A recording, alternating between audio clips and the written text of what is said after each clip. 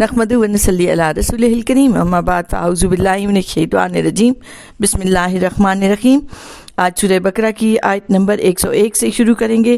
یہ وہی بنی اسرائیل کا مضمون ہے جو ابھی تک چل رہا ہے۔ اللہ رب العزت نے ارشاد فرمایا، وَلَمَّا جَاءَهُمْ رَسُولٌ مِّنْ عِندِ اللَّهِ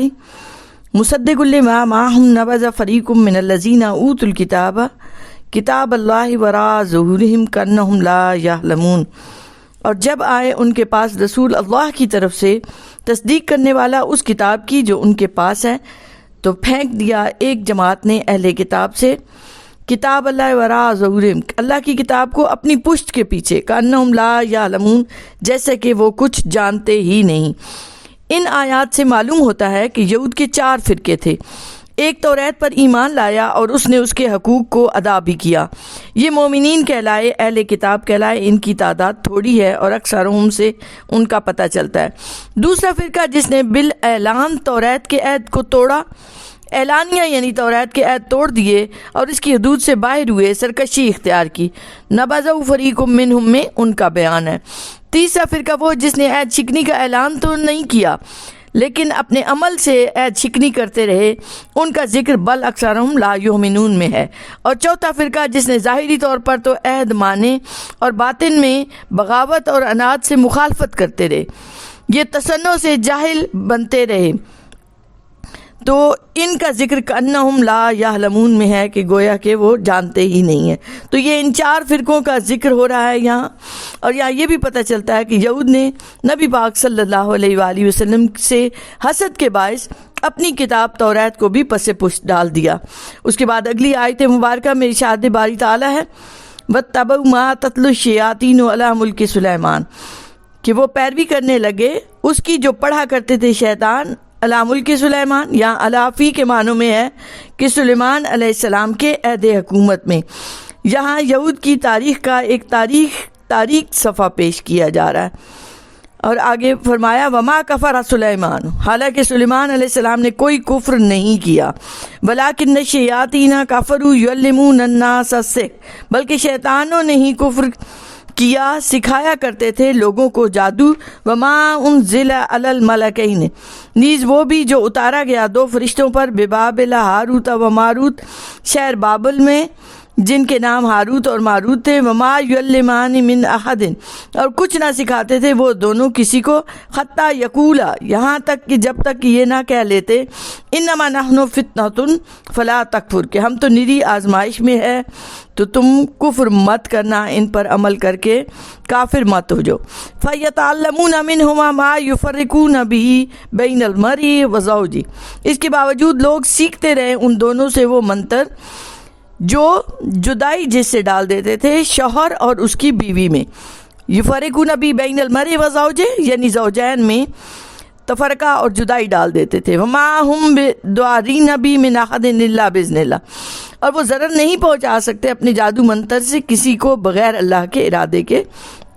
وَيَتَعَلَّمُونَ مَا يَضُرُّهُمْ، اور وہ سیکھتے ہیں وہ چیز جو نقصان دہ ہے ان کے لیے، وَلَا يَنفَعُهُمْ، اور نہیں نفع پہنچا سکتی انہیں۔ وَلَقَدْ عَلِمُوا، اور وہ اچھی طرح جانتے ہیں، لمن اشتراه ما له فی الآخرۃ من خلاق، کہ جس چیز کا انہوں نے سودا کیا ہے اس کے لیے آخرت میں کوئی حصہ نہیں۔ وَلَبِئْسَ مَا شَرَوْا بِهِ أَنفُسَهُمْ، بہت ہی بری ہے وہ چیز بیچا ہے انہوں نے جس کے عوض اپنی جانوں کی فلاح کو، لو کانوا یعلمون، کاش وہ کچھ جانتے۔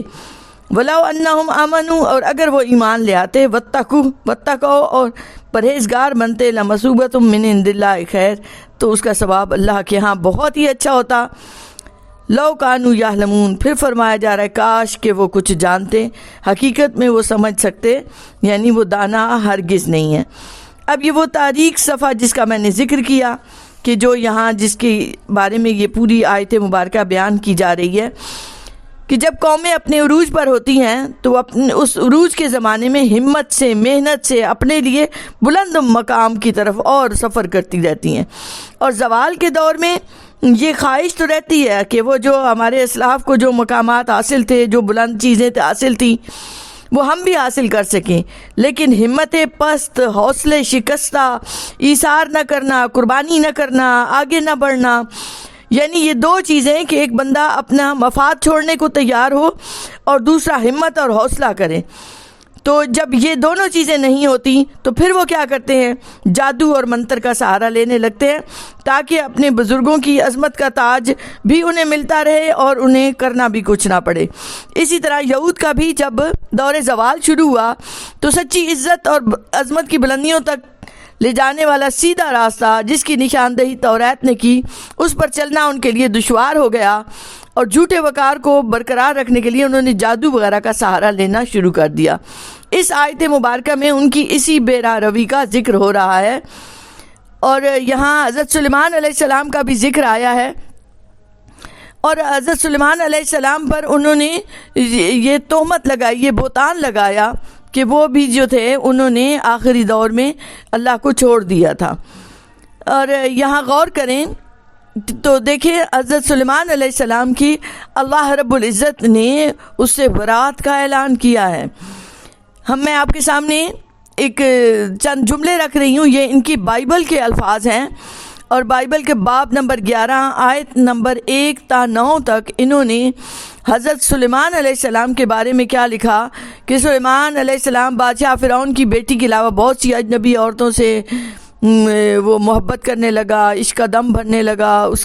اس کی بیویوں نے اس کے دل کو پھیر دیا، کیونکہ جب وہ بڈھا ہو گیا تو اس کی بیویوں نے اس کے دل کو غیر معبودوں کی طرف مائل کر لیا، اور سلیمان علیہ السلام نے خداوند کے آگے بدی کی، اور وہ اللہ بھی سلیمان سے ناراض ہوا کیونکہ اس کا دل خداوند اسرائیل کے خدا سے پھر گیا تھا۔ نعوذ باللہ نعوذ باللہ نعوذ باللہ من ذالک، یعنی انہوں نے حضرت سلیمان علیہ السلام پر شرک صریح کا الزام لگایا، اور وہ دنیا آپ کو یوں ہی سمجھتی رہی، یہاں تک کہ نبی کریم علیہ السلام سارے انبیاء اور رسولوں کی عزت و ناموس کے نگہبان نبی کریم علیہ السلام ہیں، آپ مصدق ہیں، تصدیق کرتے ہیں نبیوں کی۔ آپ تشریف لائے اور آپ نے اپنے رب کا یہ فرمان دنیا کو سنایا کہ وما کفر سلیمان، یعنی سلیمان علیہ السلام جلیل القدر پیغمبر تھے، انہیں کفر و شرک سے کیا واسطہ، وہ تو خطاؤں سے پاک ہیں، وہ اللہ کے نبی ہیں۔ تو یہود و نصارہ نے تعصب کی وجہ سے اس وقت اس حقیقت کو تسلیم نہ کیا، لیکن 13.5 صدیاں گزر جانے کے بعد انہیں آخر کار یہ تسلیم کرنا پڑا جو اللہ نے، خدائے برحق نے اپنے نبی کی زبان حقیقت ترجمان سے کہلوایا تھا۔ چنانچہ انسائکلوپیڈیا برٹانیکا جلد نمبر 2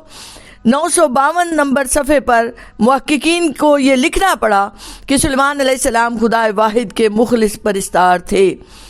یعنی اب یہ مسیحی دنیا بھی تسلیم کرنے لگ گئی۔ پھر انہوں نے انجیل کی ان آیات کے متعلق بھی ان کے محققین نے، ان کے جو تھے عالم، انہوں نے لکھ دیا کہ یہ غلط ہیں، اور یہ بعد میں لوگوں نے ملائی ہیں، اور حضرت سلیمان علیہ السلام تہمت شرک سے مبرہ تھے۔ یہ کالم ہے جناب 4689۔ تو اس میں انہوں نے بھی آخرکار یہ مان لیا۔ اللہ رب العزت نے قرآن پاک اور نبی کریم علیہ السلام کی اس صفت کا بار بار اعلان فرمایا ہے کہ وہ پہلے انبیاء اور رسولوں اور آسمانی کتابوں کی تصدیق کرنے کے لیے آئے ہیں، اور ان تہمتوں اور بہتانوں سے ان کی برات کو کرنے کے لیے آئے ہیں جو غیروں نے ہی نہیں بلکہ ان کے اپنے ماننے والوں نے بھی ان پر چسپاں کی تھی۔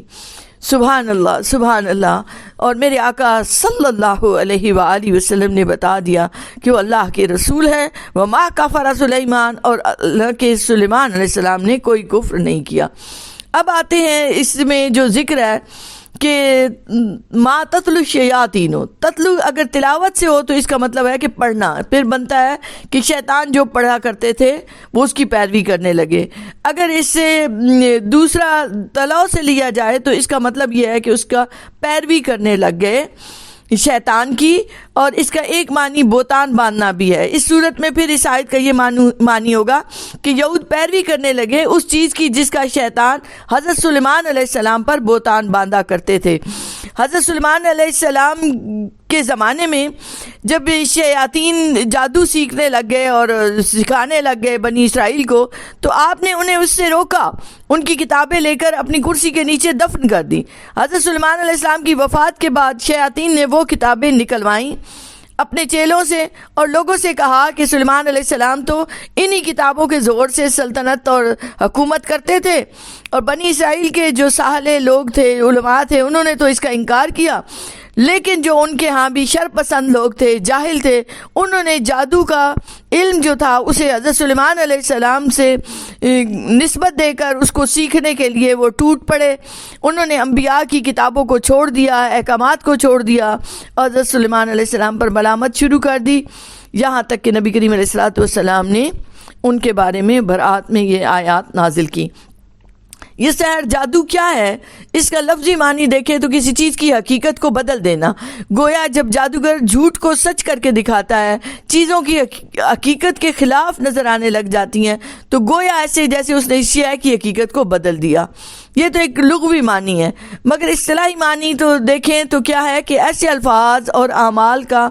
جاننا، ان کو کرنا، ان کو سیکھنا جادو کہلایا جاتا ہے، جن سے انسان کو شیاطین کا تقرب حاصل ہوتا ہے، وہ شیاطین کا پیروکار بن جاتا ہے، وہ اللہ سے دور ہو جاتا ہے، اللہ کی رحمت سے دور ہو جاتا ہے، شیاطین کا فرما بردار بن کے وہ گستاخیاں اور بے ادبیاں کرتا ہے، اپنی آخرت اور دائمی زندگی کو برباد کر لیتا ہے، اور اس کے ان اعمال اور الفاظ کے اثر سے کانوں اور آنکھوں پر ایسی کیفیت طاری ہو جاتی ہے جس سے آواز ہوتی کچھ ہے، سنائی کچھ دیتی ہے، چیزیں اپنی حقیقت کے خلاف دکھائی دینے لگتی ہیں، اور بعض کا خیال یہ ہے کہ چیزیں اپنی حقیقت کے خلاف دکھائی ہی نہیں دیتی بلکہ ان کی حقیقت بھی بدل جاتی ہے۔ اور یہاں بتایا جا رہا ہے کہ اللہ رب العزت نے نبی کریم علیہ السلام کو معوذتین یعنی آخری 2 صورتیں اسی کے توڑ کے لیے جو ہے وہ عطا فرمائی تھی۔ اور یہود کا یہ کہنا کہ جادو بھی آسمان سے نازل ہوا ہے اور فرشتوں نے ہی ہمیں سکھایا ہے، اس لیے یہ بھی جادو بھی انہوں نے اس کو بھی آسمانی چیز قرار دے دیا اور مقدس قرار دے دیا، تو یہ کہنا سراسر غلط ہے، باطل ہے۔ اللہ رب العزت فرما رہے ہیں وما انزل علی الملکین کہ فرشتوں پر ہرگز کوئی جادو نازل نہیں کیا گیا۔ اب اس کی تشریح میں مفسرین کہتے ہیں کہ ہاروت اور ماروت شیاطین جن کے 2 سرکردوں کے نام ہیں، وہ جادو سکھایا کرتے تھے، اور علامہ قرطبی نے لکھا کہ یہی قول جو ہے اسی سب سے زیادہ صحیح ہے، اسی کی طرف ہی زیادہ ذہن جاتا ہے۔ جمہور علماء یہ کہتے ہیں کہ یہودی فلسطین میں مروج جادو پر عمل پیرا تھے۔ جب بخت نصر بادشاہ آیا، بیت المقدس کی اینٹ سے اینٹ بجا دی، اس نے بنی اسرائیل کو جنگی قیدی بنایا، ان کو بابل لے گیا۔ یہ بابل شہر ہے پرانے زمانے کا جو بڑا تہذیب یافتہ کہلاتا تھا، تو بجائے اس کے کہ وہ وہاں جا کے توحید کی تبلیغ کرتے، اللہ وحدہ لا شریک کا ذکر کرتے، الٹا وہاں کے لوگوں سے بھی انہوں نے جادو سیکھا، کیونکہ بابل میں بخت نصر کی اس سلطنت میں جادو بہت عام تھا، تو انہوں نے جادو سیکھا بنی اسرائیل نے، اور اس پر عمل پیرا بھی ہوئے۔ اب یہاں یہ خدشہ پیدا ہوتا ہے کہ ہاروت اور ماروت جو معصوم فرشتے تھے، انہیں کیوں کر جادو کی تعلیم کے لیے بابل میں اتارا گیا؟ تو اس کی حکمت یہ بیان کی جاتی ہے کہ اس وقت ساری دنیا میں خصوصاً اس مملکت میں جادو کا بہت رواج تھا، تو جادو کے زور سے لوگ طرح طرح کے کرشمے دکھاتے تھے، جس کی وجہ سے جادو میں اور معجزہ میں فرق نہیں رہ گیا تھا، بلکہ وہ سمجھتے کہ جادو علم کی ایک مفید ترین شاخ ہے، اور وہ اس شاخ کو سیکھنے کے لیے کرتے تھے، اپنی تگ و دو کرتے تھے۔ تو اللہ تعالیٰ نے ان 2 فرشتوں کو نازل کیا تاکہ وہ لوگوں کو جادو کی اصلیت سے آگاہ کریں اور لوگ جادو کی فریب کاری اور معجزے کی حقیقت میں تمیز کر سکیں۔ اب اگر ان لوگوں نے جادو سیکھ کر اس پر عمل کرنا شروع کر دیا تو یہ ان کی اپنی غلطی ہے، اور وہ فرشتے تو انہیں خود بتاتے ہیں کہ ہم تو آزمائش کے لیے آئے ہیں اور تم فلا تکفر، تم کفر مت کرو۔ اور یہاں بعض مفسرین نے یہ کہا ہے کہ وہ جادو کے فتنہ ہونے سے، اس کے نقصانات سے انہیں آگاہ کرتے تھے تاکہ وہ اس سے پرہیز کر سکے۔ اور منتر جو کون سا ان کا تھا جو سب سے زیادہ مقبول تھا کہ میاں بیوی جو ہیں ان میں ناچاکی پیدا ہو، تو وہ پھر بیویوں پہ، ان عورتوں پہ ڈورے ڈال کر انہیں اپنے عشق کے جال میں پھنسائیں، پھر اس طرح وہ حرام کاری اور بدکاری کا بازار گرم رکھتے۔ یہ قرآن مجید کا اعجاز ہے کہ ان کے کردار کے چہرے پر جس بدنما داغ کی نشاندہی 14 صدیاں پہلے قرآن نے کی، آج وہ خود اپنی تحقیق کے آئینے میں اپنی آنکھوں سے مشاہدہ کر رہے ہیں۔ یہودیوں کے انسائکلوپیڈیا کی ایک عبارت ہے جو انہیں کہ سب سے جادو کی سب سے زیادہ عام متبادل صورت جو تھی، جو عام صورت تھی، اس نقش کی تھی جو عشق و محبت کے لیے دیا جاتا تھا، خاص کر وہ نقش جو ناجائز آشنائیوں کے لیے لکھا جاتا تھا۔ یہ جیوش انسائکلوپیڈیا جلد نمبر 8 تفسیر ماجدی میں 255 نمبر صفحے پر ہے، یہ تفسیر ماجدی میں اس کا حوالہ دیا گیا ہے۔ پھر اس کا آیت کے اس حصے میں آگے بتایا جا رہا ہے کہ مَا هُم بِدُعَاءِ نَبِيٍّ مِّنْ أَحَدٍ إِلَّا بِإِذْنِ اللَّهِ، کہ یاد رکھیے اللہ کی مشیت سب چیزوں پر غالب رہتی ہے اور اللہ پر کوئی چیز بھی اس کے برابر نہیں آ سکتی، اور اگر اللہ نہ چاہے تب بھی یہ ہو نہیں سکتا کہ کوئی کام ہو۔ تو یہ ایک اوورآل یہ جو ہے کہ اللہ نے لوگوں کو دونوں راستے دکھا دیے ہیں۔ اب کوئی برائی کے راستے پر چلتا ہے تو یہ ایسے ہی ہے، جب آپ غلط کھانا کھائیں گے، جو غذا آپ کے لیے اچھی نہیں ہے، تو اس غذا کے کھانے سے آپ کے معدے کو نقصان پہنچتا ہے، تو یہ آپ کا اپنا عمل ہے، اور اللہ رب العزت نے تو آپ کو بتا دیا تھا اور پہلے آگاہ کر دیا تھا کہ ان چیزوں سے نقصان ہوگا، تو یہ بھی ایسا ہی ہے۔ تو آپ دیکھیں تو اللہ رب العزت نے ہمارے لیے قرآن پاک جیسی کتاب اتار دی، وحی الہی، جس کا پڑھنا باعث ثواب، جس کے ایک ایک لفظ میں حکمتیں پوشیدہ ہیں، تو ہم شیاطین کے ان چیزوں سے دور رہیں، باز رہیں، اور کبھی بھی کسی کو نقصان پہنچانے کی کوشش نہ کریں، یہ ہمیں خیال بھی نہ آئے۔ وما علینا الا البلاغ المبین۔